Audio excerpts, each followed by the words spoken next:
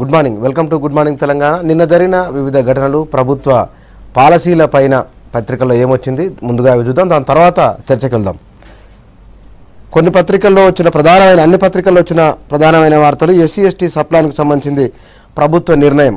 సప్లాన్కు మరింత సత్వనివ్వాలని పత్రికలు ప్రధానమైన వార్త వచ్చింది. రెండవది శ్రీవారికి భారీ హారం, 31వ తేదీన వెంకన్న మొక్కు తీర్చుకోనున్న కేసీఆర్. తెలంగాణ రాష్ట్రం ఏర్పడితే కనుక మొక్కులు తీర్చుకుంటున్న గతంలో కేసీఆర్ మొక్కులకు సంబంధించిన ఒక వార్త ఉంది. నా పేరు మోదీ, నేను ఎవరికి బెదరను, 3 నెలలుగా నన్ను బెదిరిస్తున్నారు, నోట్ల రద్దును జీర్ణించుకోలేకపోతున్నారని మళ్ళీ మరొకసారి నోట్ల రద్దు అంశాన్ని తెరపైకి ప్రధానమంత్రి తీసుకొచ్చారు ఎన్నికల ప్రచారంలో పంజాబ్లో. దానికి సంబంధించిన ఒక వార్త కూడా ఉంది. ఈ చెప్పండి చేసేద్దామన్నది ఎస్సీ ఎస్టీలకు సంబంధించిన వాటిలలో కూడా మరొక పత్రికలో ప్రధానమైన వార్త ఇది. ఇన్నేళ్లుగా సంక్షేమ కార్యక్రమాలు అమలు చేస్తున్నా సరే దళితుల్లో ఎస్టీల్లో ఎందుకోసమని పేదరికం పోవడం లేదని ఒక ప్రధానమైన వార్త వచ్చింది. దీంతో పాటుగా రైతులపై సమగ్ర జాతీయ విధానం అవసరం, దేశంలో రైతుల ఆత్మహత్యలు పెరుగుతున్నాయి, దీనికి ప్రకృతి ఒక కారణం అయితే రెండోది ప్రభుత్వ విధానాలు మరొక కారణం, ఇందులో మార్పులు తేవాల్సిన అవసరం ఉందని ఒక వార్త ఇందులో వచ్చింది. ఇక మరో పత్రికలో బడ్జెట్కు సంబంధించి కుల వృత్తులకు వైభవం తేవాలని రాష్ట్ర బడ్జెట్లో మన ప్రభుత్వం కేటాయింపులు చేయబోతున్నది భారీగా అని ఒక వార్త కూడా ఇందులో వచ్చింది. ఇక డిస్కషన్కి వెళ్దాం. మనం డిస్కషన్కి వెళ్లే ముందు గెస్ట్లో ఒకసారి పరిచయం చేసుకుందాం. బీజేపీ నుంచి ప్రేమేందర్ రెడ్డి గారు, టీఆర్ఎస్ నాయకులు నరసింహయ్య గారు, ఇద్దరికి నమస్కారం అండి. నరసింహయ్య గారు, ఎస్సీ ఎస్టీ సప్లాన్కు సంబంధించింది ప్రభుత్వం గత ప్రభుత్వాల కంటే కొంత భిన్నంగా ఉండాలనేది వాళ్ళ పత్రికల్లో ముఖ్యమంత్రి నిన్న మాట్లాడినట్టుగా వచ్చింది. అది ఇన్నేళ్లుగా అందరూ చెప్తున్నది అదే మాట. ఎట్లా మనం దీన్ని రియాలిటీగా ఉండాలంటే కనుక వాళ్ళకి వచ్చిన నిధులు వాళ్ళకి ఖర్చు పెట్టాలంటే కనుక ఇప్పుడు జన రియాలిటీగా ఉండడం కోసమే అన్ని పక్షాలకు సంబంధించిన ఎమ్మెల్యేలను ఎమ్మెల్సీలను పిలిచినటువంటి తీరు ఎస్సీ ఎస్టీ వాళ్ళను.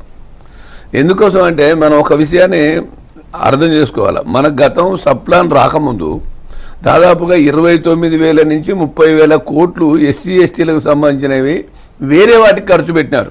హుస్సేన్ సాగర్కో లేకపోతే ఇంకో బ్యూటిఫికేషన్కో దేనికో ఖర్చు పెట్టినారు. అక్కడ ఉండేది ఎవరు? ఎస్సీ ఎస్టీలు కాదు కదా, జనరల్ బడ్జెట్ ఖర్చు పెట్టాలి దానికి.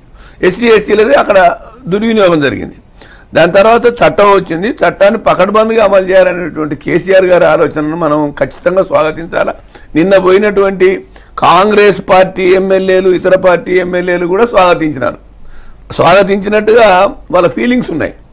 నేనేమంటున్నానంటే ఈరోజు ఎస్సీ ఎస్టీలకు సంబంధించిన సప్లాన్ డబ్బు ఒక 10 కోట్ల రూపాయలు ఒక జిల్లా కేటాయిస్తే అక్కడ ఉన్నటువంటి జిల్లా కలెక్టరో జిల్లా పరిషత్ చైర్మనో వాటికి సంబంధించినటువంటి ప్లాన్ తయారు చేసి ఎక్కడ చేస్తాడు? పెద్దవారి బజార్ నుంచి చిన్నోని బజార్ పేరు పెడతాడు, ఆ బజార్ దాకా అంటాడు. వచ్చేది మొత్తం పెద్దోరి బజారే, ఈ చిన్నోని బజార్ రానే రాదాడ. ఈ మొత్తం కేటగిరికల్గా చూపించేసి గతంలో అసెంబ్లీలో చెప్పినాం. అందుకని వాళ్ళ డబ్బు వాళ్ళకి ఖర్చు కావాలి అంటే ఆ ఎస్సీ ఎస్టీ ఎమ్మెల్యేలు ఎక్కడైతే ఏ లొకేషన్స్లో అయితే అవసరం ఉందో డబ్బు, ఆ డబ్బు అక్కడ ఖర్చు పెట్టడానికి రియాలిటీగా ఉంటుంది. నెంబర్ 2, ఈరోజు చదువుకుంటున్నటువంటి పిల్లలు రకరకాలుగా ఇబ్బంది పడుతున్నారు.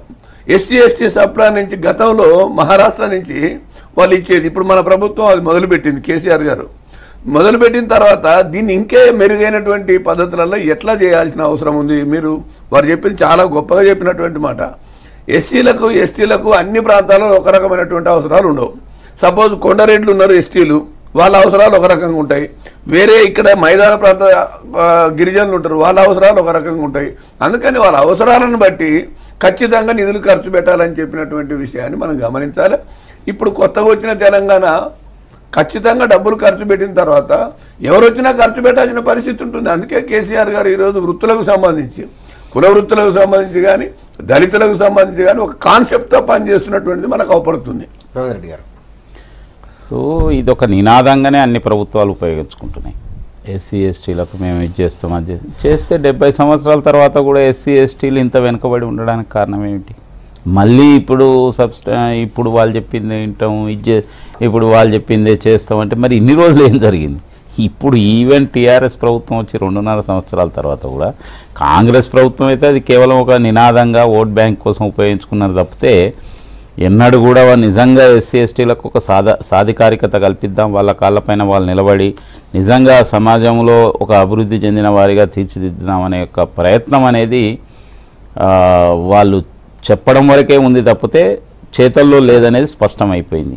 ఎందుకంటే గరీబీ హటావో అని చెప్పి నినాదం ఇచ్చింది ఇందిరాగాంధీ.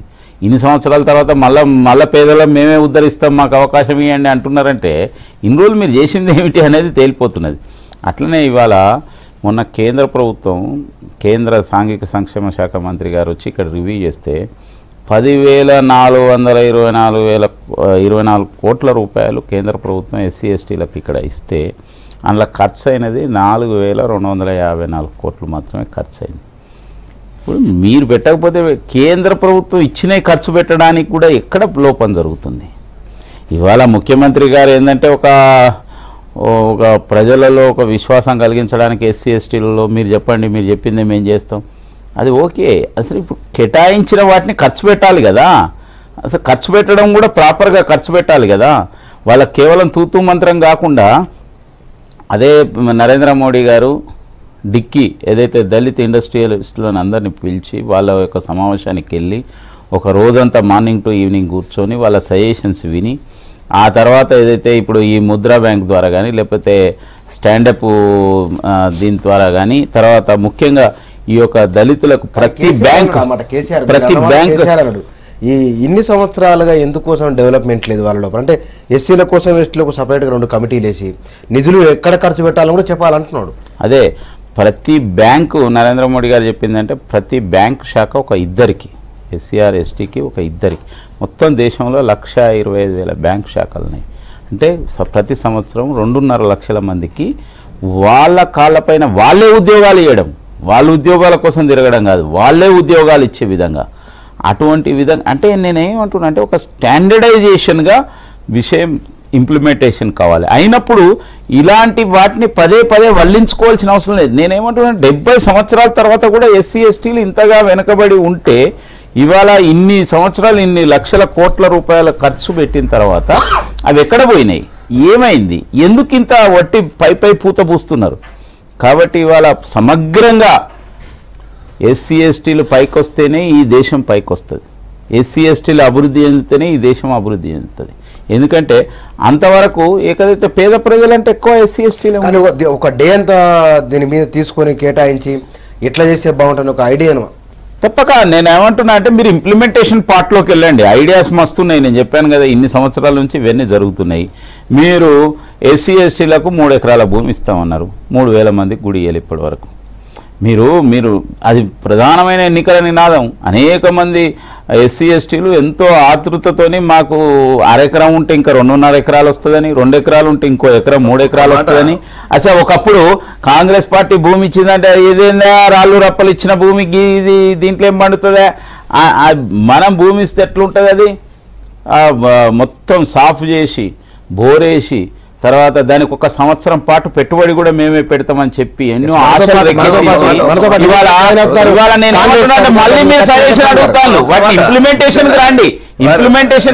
ఒక మాట ఏంటంటే ఈ దేశంలో భూమి పంచాలని చెప్పేసి వచ్చినటువంటి నినాదం, వచ్చినటువంటి చట్టాలు, ఇసుకల నీళ్లు పోస్తే మాయమైన భూములు అవి ఎవరు చేసుకున్నారు, ఎక్కడ పోయినాయో మనకు తెలుసు. దానికోసం నేను వెళ్ళాను. కానీ ఒక విషయం గమనించాలి, ఇక్కడ ఒక రోజుల భూమి అంతా కొనిచ్చేది కాదు. మనకు వచ్చే బడ్జెట్ అలొకేషన్ మనకు వస్తున్నటువంటి సమకూరుతున్నటువంటి డబ్బు నుంచి వాళ్ళ కేటాయించిన డబ్బు నుంచి పెట్టాలా? మనం ఏదో జనాన్ని బ్లఫ్ చేసినా లేకపోతే ప్రభుత్వం చేసినా మనం చేసినా అది తప్పు. ఎక్కడైతే డబ్బు వస్తుందో ఆ అక్యుమిలేట్ అయిన డబ్బు కేటాయించిన డబ్బుతో ఖచ్చితంగా కొనిచ్చేటువంటి కార్యక్రమంలో ఉన్నది. ఒకరోజు అయ్యేది కాదు.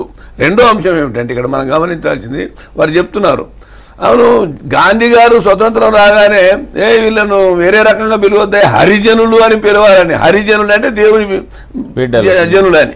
ఆ పద్ధతులలో పేరు మారిస్తే ఏమన్నా వచ్చిందా? మతం మార్చుకుంటే ఇవాళ పువ్వు వచ్చిందా? అందుకోసమని ఏలిన వానికి సరి అయినటువంటి ఇది లేదు. కాబట్టి ఈ సంవత్సరం కేటాయించినటువంటి 1000 కోట్లు కేటాయిస్తున్నారు. మీరు కేటాయించినటువంటిది 500 ఖర్చు పెడుతున్నారు, 500 ల్యాప్స్ అవుతుంది. అదే దుర్మార్గమైన పరిస్థితి కేంద్రం నుంచి అన్ని రాష్ట్రాలకు కూడా. ఈ రోజు అది వద్దు అని మనం దాన్ని స్వాగతించాలా వద్దా? నేనేమంటున్నా స్వాగతించాలి. కేంద్రం ఇచ్చిన 10,000 మొన్ననే జరిగింది, 10,000 కోట్ల పైగా రాష్ట్రానికి ఇస్తే మీరు 4,000 కోట్లు ఖర్చు పెట్టారు. నేనేమంటున్నా అంటే మీరు ఫస్ట్ ఆ పని చేయండి. అదేదో డబ్బులు ఇస్తున్నట్టు గతంలో ఎవరు లేనట్టు కాదు, లేదని అంటలేను, ఖర్చు పెట్టాలనే ఉద్దేశంతో వాళ్ళ కేంద్రం ఉంది. మీరు ఆ పని చేయండి అంటున్నా. ఫస్ట్ మీరు ముందు మీ అధికారులు చెప్పిన, స్టేట్ గవర్నమెంట్ అఫీషియల్స్ చెప్పింది, మంత్రులు చెప్పిన విషయం కాదు. మొన్న సెంట్రల్ మినిస్టర్ వచ్చి సమీక్ష చేసిన సందర్భంలో రాష్ట్ర ప్రభుత్వ అధికారులు చెప్పిండ్రు, ఇప్పుడు కేంద్రం ఈ స్కీమ్స్ కింద ఇంత ఎస్సీ ఎస్టీలకు ఇక్కడికి ఇస్తే ఎంత ఖర్చు అయిందంటే వాళ్ళు చెప్పిండ్రు 10,000 కోట్ల పైన ఖర్చు కేటాయింపులు జరిగితే 4,254 కోట్లు మాత్రమే ఖర్చు అయిందని.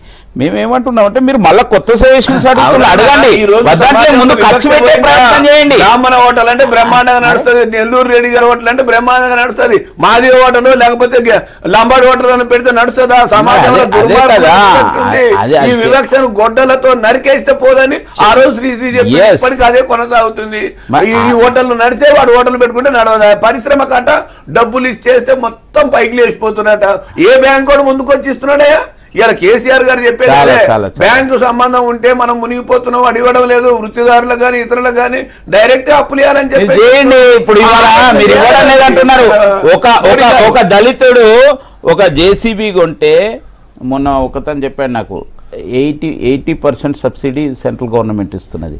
నేనేమంటున్నా అంటే మీరు దాన్ని అనుసంధానం చేయండి. స్టేట్ గవర్నమెంట్ మిషనరీ మొత్తం కూడా వాటిని బ్యాంకులతో మాట్లాడి ఏదైతే కేంద్ర ప్రభుత్వం ఇచ్చిన ఫెసిలిటీను దాన్ని ఉపయోగించే విధంగా నిజంగా దాన్ని ఉపయోగించుకొని దళితులు పైకొచ్చే, మళ్ళీ మీరు నినాదాలు వెనక కాంగ్రెస్ పార్టీ కదా బర్లు గోర్లు ఓట్ బ్యాంక్ కోసం మాట్లాడినట్టు మీరు మాట్లాడకండి అని మేము అనేది.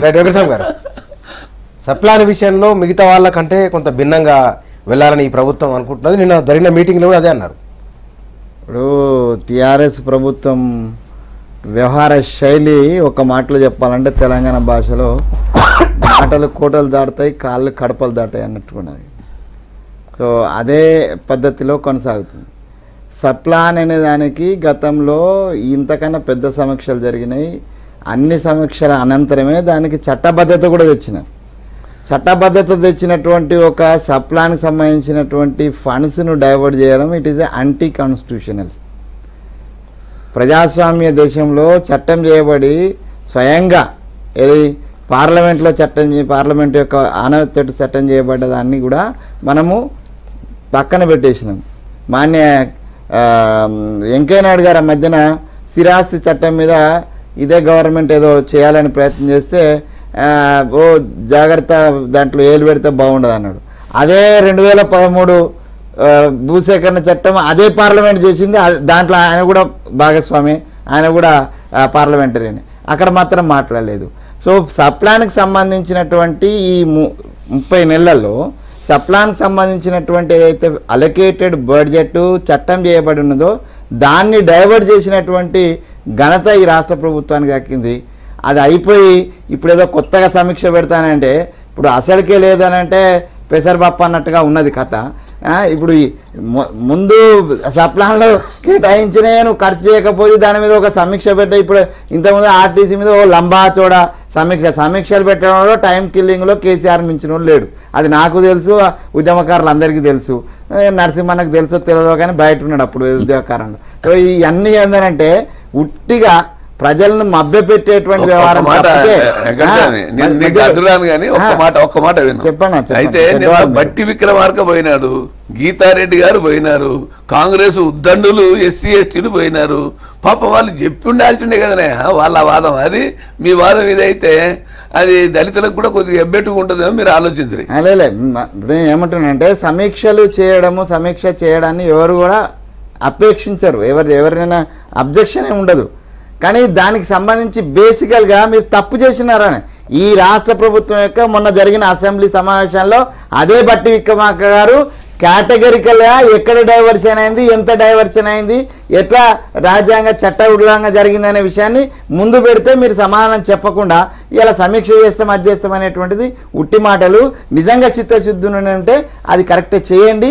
ఇప్పుడు వచ్చినటువంటి అలొకేటెడ్ కేంద్రం నుంచి వచ్చిన మన దగ్గర నుంచి అలొకేటెడ్ బడ్జెట్ అయినా దాన్ని ఇప్పటికైనా ఈ సంవత్సరానికి సంబంధించినటువంటి బడ్జెట్ ఉన్నదే దాన్నైనా మీరు రిలీజ్ చేయండి. ఎక్కడ కూడా ఇవాళ సంక్షేమ సంబంధించినటువంటి సబ్సిడీస్ అన్న చెప్పినట్టుగా ఏం చేస్తే బాగుంటుందో చెప్పండి. నేను ఏమన్నా ఇమ్మీడియట్గా నేను ప్రభుత్వానికి అప్పీల్ చేసేది ఏంటంటే అన్ని చోట్ల కూడా ఎస్సీ ఎస్టీ ప్లాన్ కింద అలొకేట్ అయినటువంటి బడ్జెట్ అంతా స్టాగ్నేషన్లో ఉంది. ఫస్ట్ యూ రిలీజ్ ఇట్, ఆ బెనిఫిషరీకి ఎవరికైతే ఉన్నారో వాళ్ళకి చేర్చండి, దాని తర్వాత మిగతా సమీక్ష చేయండి, భవిష్యత్తులో ఇంకెంత బాగా చేస్తామనేది చేయండి. అది మేము సజెస్ట్ చేసేది. ఏం చేస్తే బాగుంటుంది దానికి నేనేమంటున్నా అంటే మీరు ఫస్ట్ ఇంప్లిమెంటేషన్ పార్ట్ మీద మీరు ఎక్సర్సైజ్ చేయండి అధికారులతో కానీ అన్నీ కానీ. కేటాయించిన యొక్క అమౌంట్ కింది వరకు ఎట్లా పోయింది, దాన్ని ఏ విధంగా ఉపయోగపడుతుంది, దాని మీద మళ్ళీ కొత్త సజెషన్స్ తీసుకోండి. అది కాదు, ముందు ఇంప్లిమెంటేషన్ ప్రాక్టికల్గా అవి వాళ్ళ దగ్గరికి చేరుకోవడం, తగిన విధంగా ఉపయోగపడడం, తగిన విధంగా ఆచరణలోకి రావడం అనేది చూడాలి. ఒక మాట ఏంటంటే ఇది చాలా కష్టంతో కూడుకున్నటువంటి పని కాబట్టి దీన్ని వెంటనే అధికారులకు బాధ్యత పెట్టాలా, ఎస్సీ ఎస్టీ ఎమ్మెల్యేలు కేటాయించిన డబ్బులు నిధులు ఖర్చు పెట్టాలి. ఏ జిల్లాకి ఇచ్చినటువంటి కేటాయించిన డబ్బు ఆ జిల్లాలో పలానా తేదీ వరకు ఖర్చు పెట్టకపోతే యాక్షన్ అగెన్స్ట్ ది ఆఫీసర్ అనే దానికాడ యాక్షన్ టేకెన్ రిపోర్ట్ పెట్టడం వల్ల మాత్రమే ఇది ఉపయోగం జరుగుతుంది. వీటిని తయారు చేసే ప్రతిపాదనలు కూడా ఆ ప్రాంతాలను బట్టి పెట్టినటువంటి ప్రతిపాదన.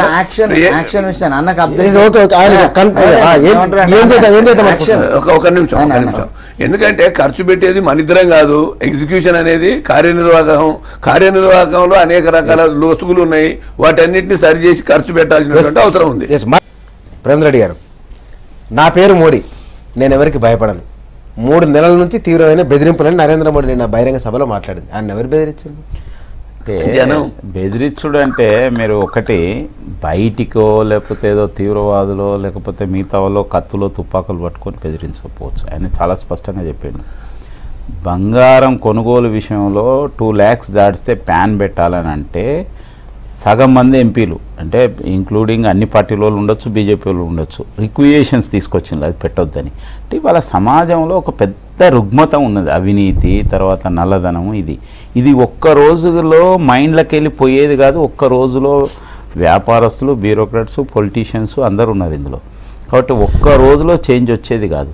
ఇవాళ ఆ ప్రయత్నం ఏదైతే ఆయన గట్టిగా పెద్ద నోట్ల రద్దు అనేది ఒక స్టెప్ మాత్రమే. అదే మొత్తం అన్నిటికీ మూలం, అదే మొత్తం ప్రక్షాళన చేస్తే ఒక స్టెప్.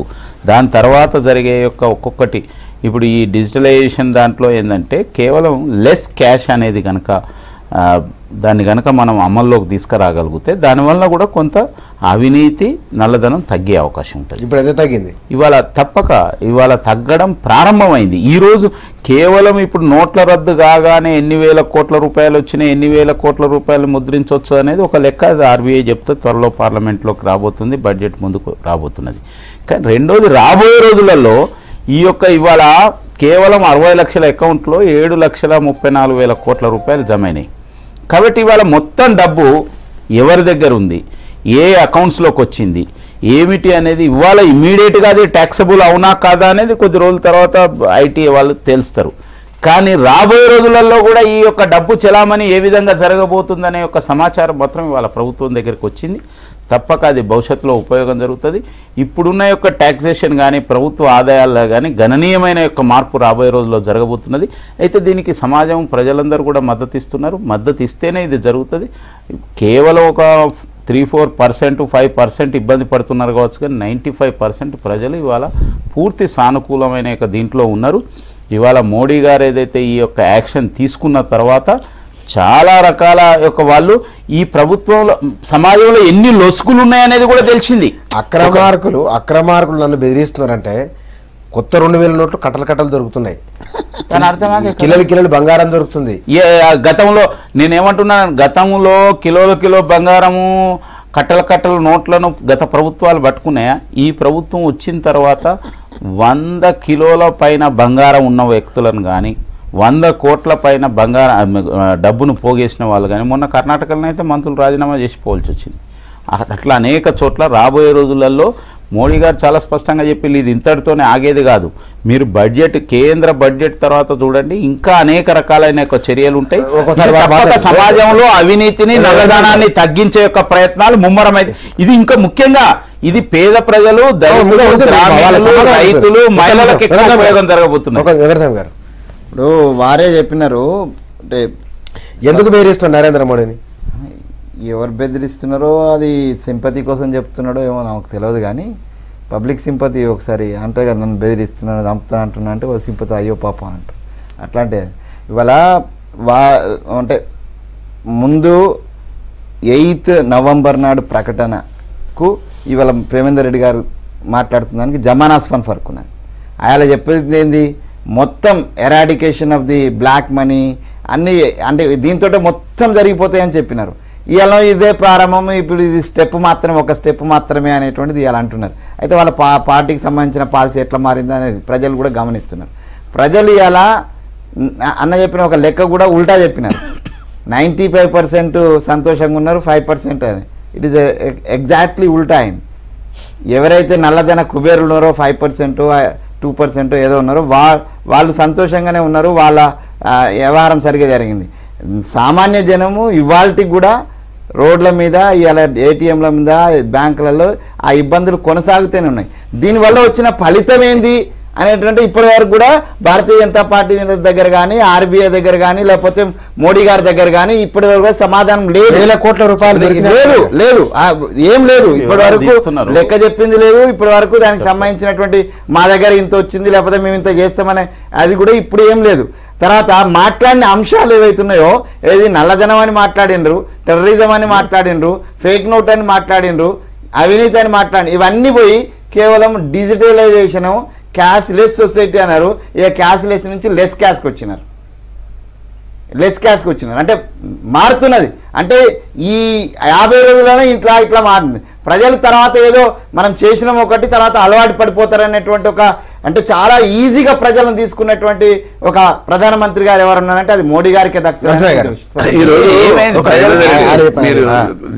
ఒకటి మీరు ప్రేమేందర్ రెడ్డి గారు చెప్పినా బీజేపీ ప్రభుత్వం చేసిన నోట్లు రద్దు చేయడం అనేది నేను వ్యతిరేకం కాదు, వ్యక్తిగతంగా కూడా. ఎందుకనంటే అది ఎవరు చేయనటువంటి సాహసోపేతమైన చర్య. 19,000 కోట్లు ఉంటే 15,000 కోట్లు రద్దు చేసి ఇప్పుడు ఏదో ఎవడో ఇది లేక చచ్చిపోయిండు ఏటీఎంల కడమంటే లేట్ల తీపుల్లాగా ఉద్యమాలు మొదలు పెడితే అది సరైనది కాదు. కానీ ఇక్కడ గమనించాల్సింది ఏంటంటే నేను మాది మోడీ ప్రభుత్వం, మేము భయపడమని అంటే ఓట్ల కోసమే అది నేను ఇది చేసినాన్ని. దీంట్లో ఆయన 2 టార్గెట్లు ఉన్నాయి సార్. ఒక టార్గెట్ ఏమో నల్లధనం అంతా మిగిలిపోద్దని అని అన్నాడు. నల్లధనం మిగిలిపోయిందా? అంత వచ్చిందిగా, 15 లక్షల కోట్లు వచ్చేసిందిగా, ఏడ మిగిలింది అది? రెండోది వారు అన్నది ఏంది, అక్రమ మార్కులకు ఇది అయిద్ది అన్నాడు. నాకేమో 4,000 వచ్చే 2,000 వచ్చే, వానికేమో కోట్ల రూపాయలు బాయే. ఇది ఎట్లా పోయింది? ఈ తప్పిదం ఎక్కడుంది? ఈ తప్పిదం పట్టుకోగలగాలిగా. ఈ బుల్లెట్ పోయింది. ఇక ఫైనల్ బుల్లెట్ ఉంది. ఇప్పుడు ఏందా ఫైనల్ బుల్లెట్? వచ్చేటువంటి డబ్బంతా పేదలకు ఖర్చు పెడతా, పేదలకు ఇస్తా, పెదరమాస దాకా అయితే పెద్ద రొట్టె వస్తుంది అని చెప్పే ఆశ మాత్రం ఉంది. ఈ ఆశ కనుక నెరవేరితే, ఈ బుల్లెట్ తగిలితే మోడీకి లాభం దొరుకుతుంది. ఈ బుల్లెట్ కూడా పక్కకే పోయింది అనుకో, మోడీ పాపం ఖచ్చితంగా కష్టాల పాలవడం ఖాయం. రేవంత్ గారు నరసింహ గారు చాలా బాగా చెప్పిండ్రు. నేను అనేది ఏంటంటే సరిగ్గా నరేంద్ర మోడీ తీసుకున్న నిర్ణయం కూడా అదే. పేద ప్రజలు ఇవాళ ఈ దేశంలో అంతరాలు పెరిగిపోతున్నాయి. అరే ఒక సర్వే ప్రకారం నెలకు 4,000 5,000 కంటే ఒక మనిషి ఎక్కువ ఖర్చు పెడతలేరు. కానీ ప్రతి ఒక్కరు 500,000 నోట్లు కనిపించినాయి ఇన్ని రోజుల నుంచి, ఇప్పుడు కనిపిస్తలేవు. నేనేమంటున్నా అదే చెప్తున్నా, దానికి ఒట్టి ఇన్ఫ్లేషన్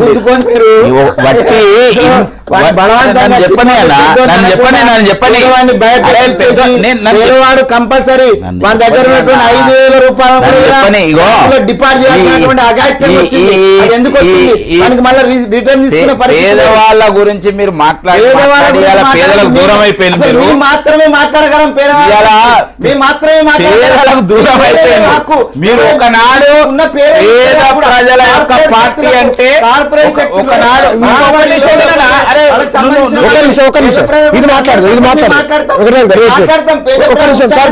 పనిచేసిందే కాంగ్రెస్ పార్టీ.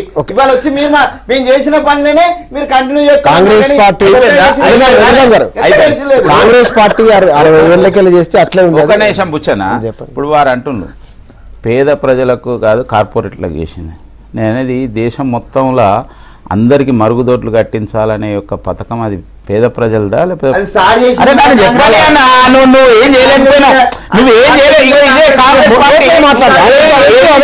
పడింది. బ్యాంక్ అకౌంట్లు ఇవాళ 25 కోట్ల మంది బ్యాంక్ అకౌంట్లు. ఇది పేద ప్రజల నరేంద్ర మోడీ వాళ్ళిద్దరు ఏంటంటే ఈయన ప్రచారంలో చెప్పినంత ప్రయోజనం జరగలేదు, పైగా నష్టం జరిగిందని వాళ్ళు అంటున్నారు. నష్టంగా నరేంద్ర మోడీ ఆడుతున్నది ఒక డ్రామా అని వాళ్ళు. నేను అనేది పేద ప్రజలకు లాభం జరగబోతుంది, నష్టం జరిగింది ధనవంతులకు జరిగింది. వీళ్ళు చెప్పి ఇవాళ కాంగ్రెస్ పార్టీ ధనవంతుల పక్షాన అవినీతి పరుల పక్షాన వకాల్తా పుచ్చుకొని నడుస్తున్నది. నేనేమంటున్నా అంటే ఇవాళ నరేంద్ర మోడీ ముద్రా బ్యాంక్ కానీ, బేటీ పడావో బేటీ బచావో కానీ, జన్ధన్ యోజన కానీ, లేకపోతే ఇటువంటి యొక్క గరీబ్ కళ్యాణ్ యోజన, ఇది పేద ప్రజలకు వచ్చేదా, ఇది ధనవంతులకు వచ్చేదా? మీరు ఆలోచించండి. ఇవాళ ఆయన సుకన్య సమృద్ధి యోజన ప్రతిదీ కూడా పేద ప్రజలు, సామాన్యులు, గ్రామీణులు, దళితులు ఇటువంటి విషయాల గురించి ఆలోచిస్తున్నారు. మీరు చెప్పిన మాటలు ఇవాళ ఈ నోట్ల రద్దు కారణంగా జరిగే ప్రయోజనాలన్నీ కూడా పేద ప్రజలకు రాబోతున్నాయి. మీరు భయపడుతున్నారు. ఇవాళ పేద ప్రజల పక్షాన నరేంద్ర మోడీ నిలబడ్డాడు. మీ యొక్క ఇవి కదిలిపోయినాయి. ఇప్పటికే ప్రజలు మిమ్మల్ని చిత్కరిస్తున్నారు. ప్రజలకు దూరం అయిపోయారు, పేద ప్రజలకు దూరం అయిపోయారు. మీరు ఇవాళ అవినీతి పరుల పక్షాన, నల్లధనం ఉన్న వాళ్ళ పక్షాన మీరు వకాల్తా పుచ్చుకుంటున్నారని ప్రజలకు అర్థమైపోయింది. నరేంద్ర మోడీ నిజాయితీతోని, నీతితోని ఇవాళ ప్రజలకు ఒక మంచి చేయాలనే ఒక ప్రయత్నం చేస్తున్నాడు. దీనికి మద్దతు ఇవ్వవలసింది పోయి ఇవాళ మీరు ఇటువంటి తప్పక ఇది ఒక మంచి ఫలితాన్ని ఇవ్వబోతున్నది. రాబోయే రోజులలో ఇలాంటి స్టెప్స్ అనేకం తీసుకోబోతున్నారు. చిత్తశుద్ధితో చేస్తున్నారు, నీతితో చేస్తున్నారు, నిజాయితీతో చేస్తున్నారు. మంచి ఫలితం అంటే ఏంది? అది తప్పక ఏదైతే సామాన్యులకు ఒక సాధికారికత కల్పించడం, పేద ప్రజల యొక్క జీవితాల్లో వెలుగులు నింపడం, వాళ్ళ కాళ్ళపైన వాళ్ళు నిలబడే ఒక పరిస్థితి తీసుకురావడం, ఆర్థికంగా వాళ్ళని అభివృద్ధి చేయడం, ఇదే ప్రధాన.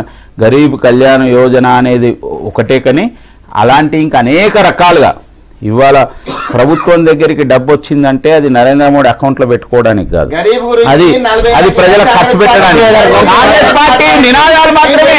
గరీబీ హటావో, రోజు గరీబీ హటావో చెప్తూనే ఉండేవాళ్ళు.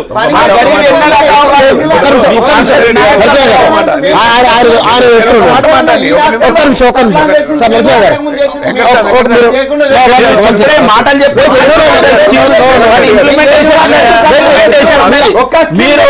మీరు స్కీమ్ చెప్పు, కొత్త స్కీమ్ చెప్పు, చెప్తున్నా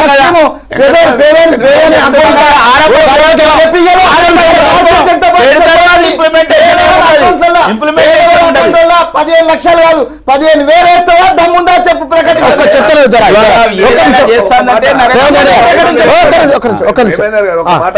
ఒక్కటే ఒక మాట మీరు ఆలోచించండి. పేద ప్రజల కళ్యాణం కోసం ఇది రావాల్సినటువంటి అవసరం ఉంది, పేద ప్రజల సంక్షేమం కోసం రావాల్సిన అవసరం ఉంది. ఓకే, పోనీ మీరు ఏ రకంగా వస్తుందో ఒకసారి మీరు ఒక వైట్ పేపర్ ఇవ్వండి, నెంబర్ 1. రెండోదేమో రైతాంగం 170 మంది వ్యవసాయం మీద ఆధారపడ్డటువంటి రంగం.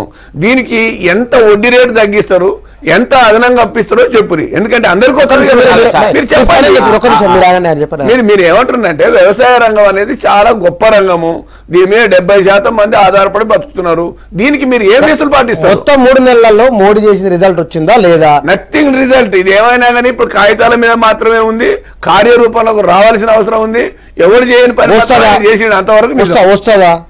కార్యరూపంలో రావాలంటే మనం వేసి చూడాల్సిందే. మోడీ గారి దాని మీద పట్టుబట్టాలి. ఎట్లొస్తుంది? నాకేమో 400 రూపాయలు వచ్చాయి, 1000 రూపాయలు వచ్చాయి, అవతలనుకో ₹1,00,00,000 కొత్త కట్టలు.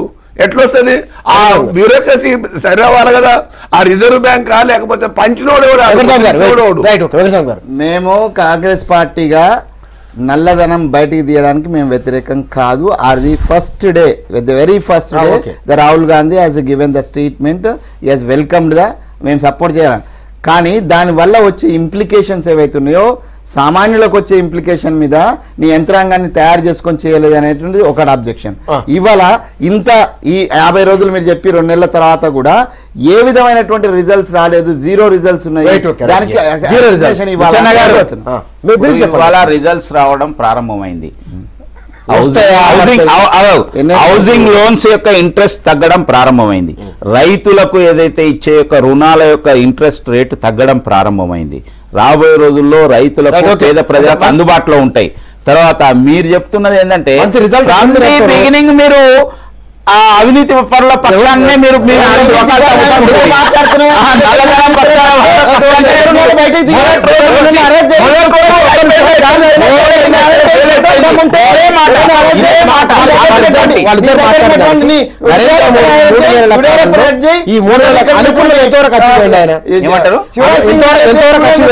నేననేది అచీవ్ కావడం అనే యొక్క దారిలోనే ఉన్నది. వాళ్ళ ఆయన తీసుకున్న యొక్క స్టెప్స్ చాలా